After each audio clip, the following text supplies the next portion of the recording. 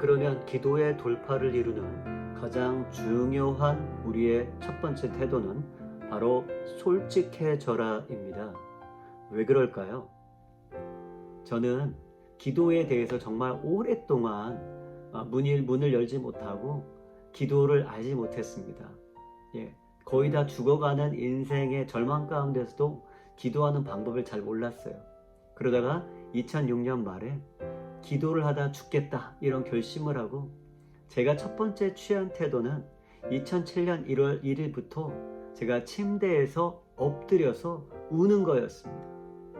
그 전에는 다른 그럴싸한 말로 기도하려고 했지만 그게 통하지 않는 걸 깨달았어요.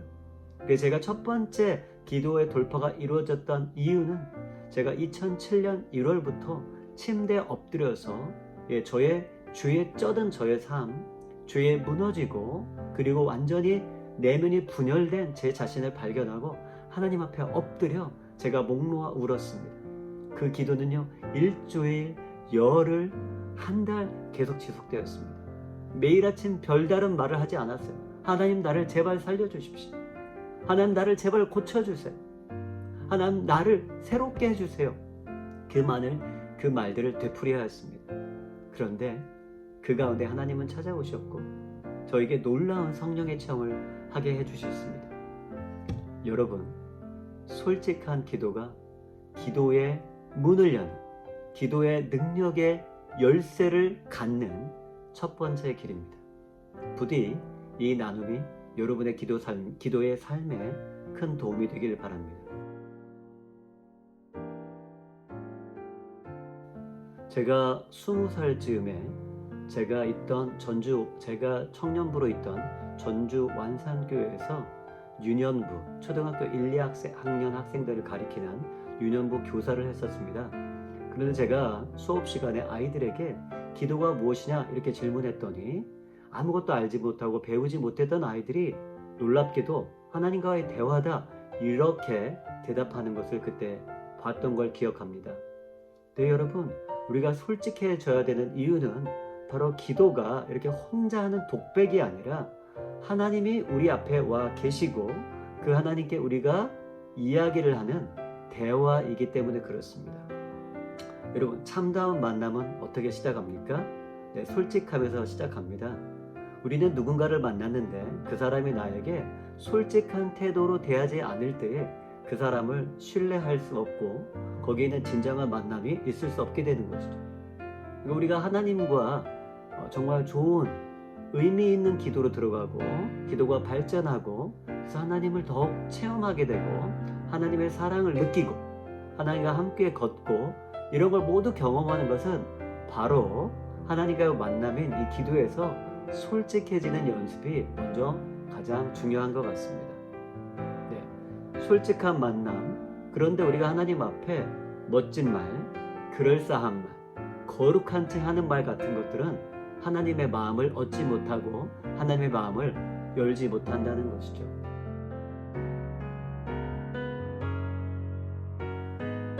그러면 우리가 어떻게 하나님 앞에서 솔직해질 수 있을까요? 그것은 하나님이 누구이신지를 저희가 깨달을 때에 저희가 솔직해질 수가 있습니다.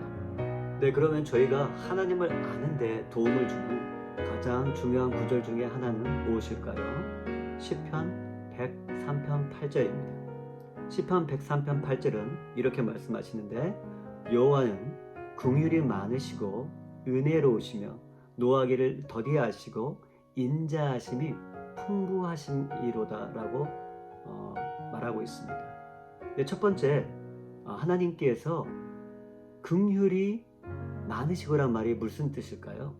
긍휼이 많다는 것은 영어로는 compassionate이라고 하는데요, 여러분하고 마음을 함께 해주신다는 거예요. 네, 여러분과 같은 마음이라는 거예요.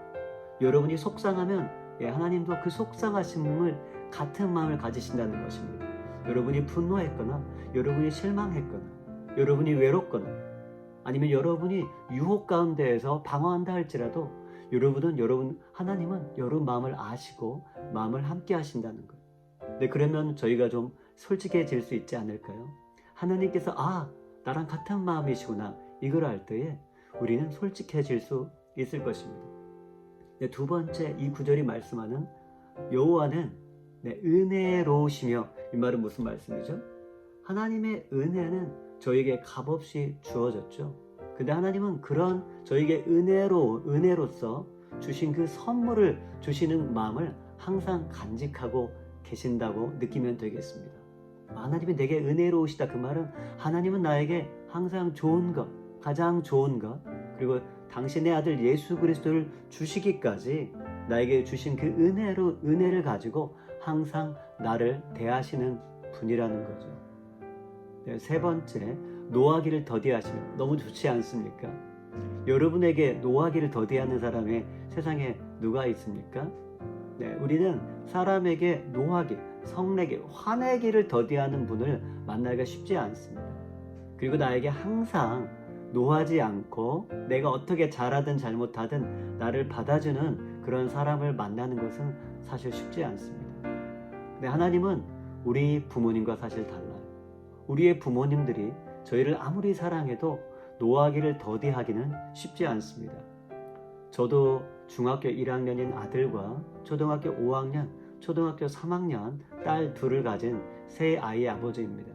저는 하나님의 은혜를 경험하고 정말 장가 못 갈 것 같은 상황에서 하나님의 은혜로 제가 결혼을 했기 때문에 아주 늦은 나이에 주신 저 아이들을 정말 많이 사랑하고 그 아이들을 하나님이 주신 말씀의 원리대로 기르려고 하지만 노하기를 더디하는 건 쉽지 않습니다. 그런데 하나님은 실제로 여러분에게 화나 있지 않으세요. 하나님은 여러분을 정말 노한 태도로 대하지 않으십니다. 하나님은 여러분을 너무나 오랫동안 기다리고 계시고요. 여러분이 죄로 인해 고통해하고 여러분이 지금 삶이 망가져가는 것을 보고 그분은 정말 괴로워하십니다. 하나님은 여러분이 어떠한 모습으로 오든 그분은 노하지 않는 하나님이세요. 그러니까 저희가 하나님 앞에 솔직해질 수 있는 것이죠. 네, 시편 103편이 말씀하시는 하나님은 누구신가에서 가장 마지막은 인자가 풍부하시도다 이렇게 말씀합니다. 네, 영어로는 abundant in love 이렇게 얘기하는 거죠. 사랑이 많으시다는 거예요. 그런데 우리가 기억해야 될 것은 역시 하나님의 사랑 역시 우리의 사랑과 다르다는 겁니다. 우리 인간은 조건적이에요. 그래서 우리가 너무나 사랑하지만 그러나 상대방이 사랑으로 보답하지 않을 때 우리는 실망하고 계속적인 사랑을 한다는 것이 무척 힘이 듭니다. 부모와 자식 간에도 그렇고 아무리 사랑해도 부부 간에도 그렇습니다. 네, 여러분, 하나님은 unconditional, 무조건적으로 사랑하시는 분이라는 것을 먼저 알아야 됩니다. 네, 하나님은 여러분이 사랑 안에 자라기 전까지 여러분을 계속적으로 무조건적으로 사랑하실 겁니다. 네, 그분은 그런 분이에요. 하나님은 무조건적으로 사랑으로 여러분을 기다리고 여러분의 이야기를 들을 준비가 되어 있습니다. 바로 그 이유 때문에 우리는 하나님 앞에 솔직해질 수 있는 것이죠. 네, 그러면 시편 103편 이외에 저희가 기도하는데 하나님 앞에 솔직해질 수 있는 태도를 키우는데 도움이 되는 성경 구절은 무엇이 있을까요? 네, 히브리서 4장 15절은 하나님의 성품에 대해 어떻게 말씀하고 계시죠? 우리에게 있는 대제사장은 우리의 연약함을 동정하지 못하실 리가 아니요 모든 일에 우리와 똑같이 시험을 받은 자로 돼 죄는 없으시니라 이렇게 말씀하고 계십니다. 하나님은 어떤 분이시라고요?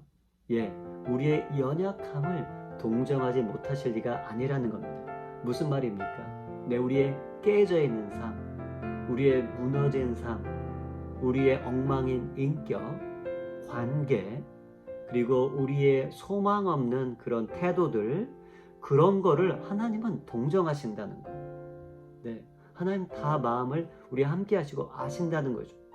왜 그렇습니까? 특별히 하나님은 예수 그리스도를 통해서 이 땅에 오셨고 그 예수님이 우리의 대제사장, 우리의 죄를 대속해 주시기 위해서 십자가에 달려 죽으신 그 대제사장이 되어 주셨는데 그 예수님이 육신을 입고 이 땅에 오셔서 우리와 똑같은 연약함 가운데 거하셨다는 거예요. 인간이 되셨기 때문에 인간으로 사는 우리의 모든 연약함과 우리의 또한 죄와 죄에 대한 유혹을 예수님께서 다 경험하셨다는 겁니다.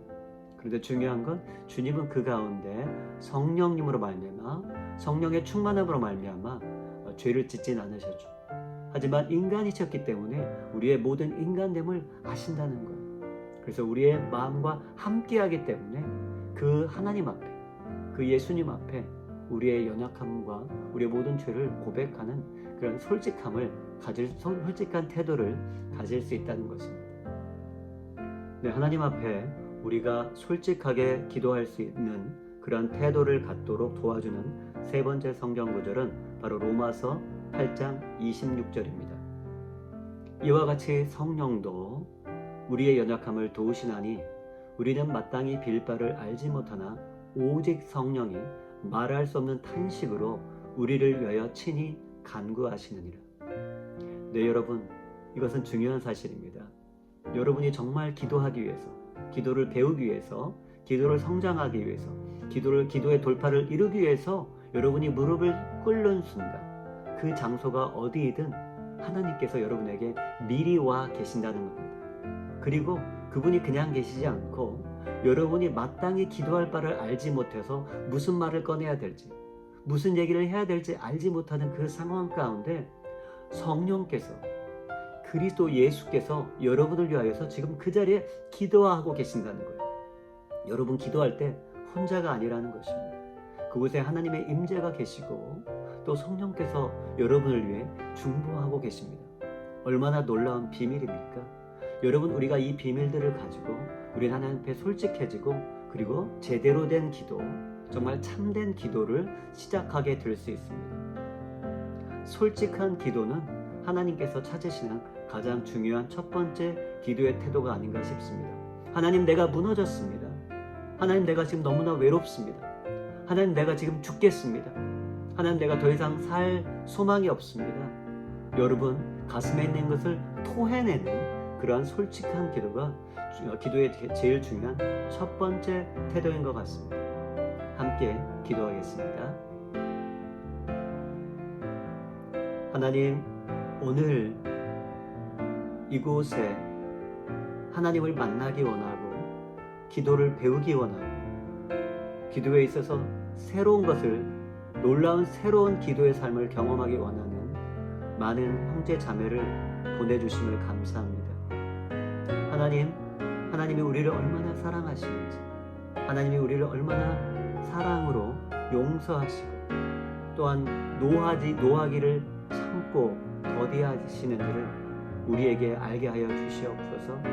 하나님, 그래서 우리의 형식적인 기도 생활을 던져버리고 우리가 습관적으로 했던 기도를 던져버리고 우리 삶의 가장 중요한 문제들, 우리 삶에 누구도 알지 못하게 꽁꽁 숨겨둔 그러한 죄와 거짓과 또한 어둠에 갇혔던 그런 부분들을 하나님 앞에 토해내고 기도할 수 있도록 도와주시옵소서.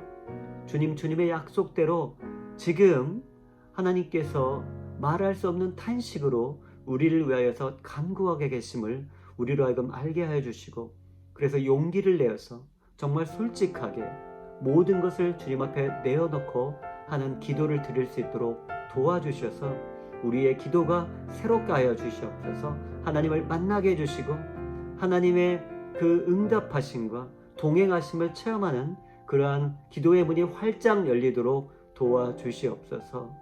주님 사랑합니다. 주님 경배합니다. 예수님의 이름으로 기도하였습니다. 아멘. 네, 여러분, 이 기도의 중요한 4가지의 태도에 대해서 계속 여러분과 나누겠습니다. 여러분 관심을 가지고 또한 기대하시고 계속 만나면서 여러분의 기도의 삶에 큰 문이 하나님께서 열어주시는 그런 계기가 되었으면 좋겠습니다. 여러분, 첫 번째 만남 너무 반갑고요. 두 번째 이야기, 깨끗해지기 위해 기도하라. 깨끗해지기 위해 기도하라. 이 이야기로 다시 만나 뵙겠습니다. 주님 안에서 행복하고 성령 충만한 하루 되십시오. 안녕.